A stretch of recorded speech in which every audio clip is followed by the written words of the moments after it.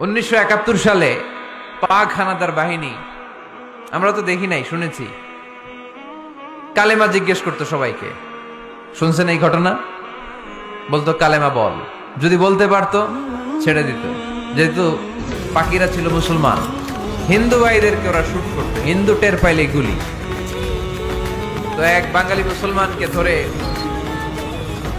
পাকিস্তানি মিলিটার জিজ্ঞেস করতেছে, কালেমা বল, মুসলমান নাকি হিন্দু? কয় আমি মুসলমান। কয় তাহলে কালেমা বল, সালে কালেমা বাতা।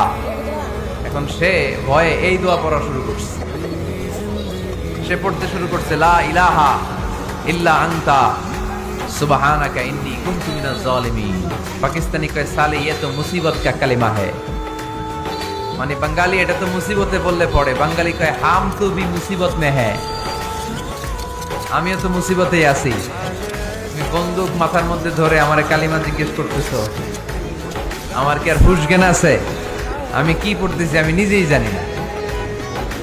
তাহলে এটা হচ্ছে মুসিবত কা দোয়া, মুসিবত কা কালিমা। বিপদে পড়লেই পড়বেন, শুধু এমন না যে তুফান ছুটলে পড়বেন, আকাশে থান্ডার বজ্রপাতে পড়বেন না।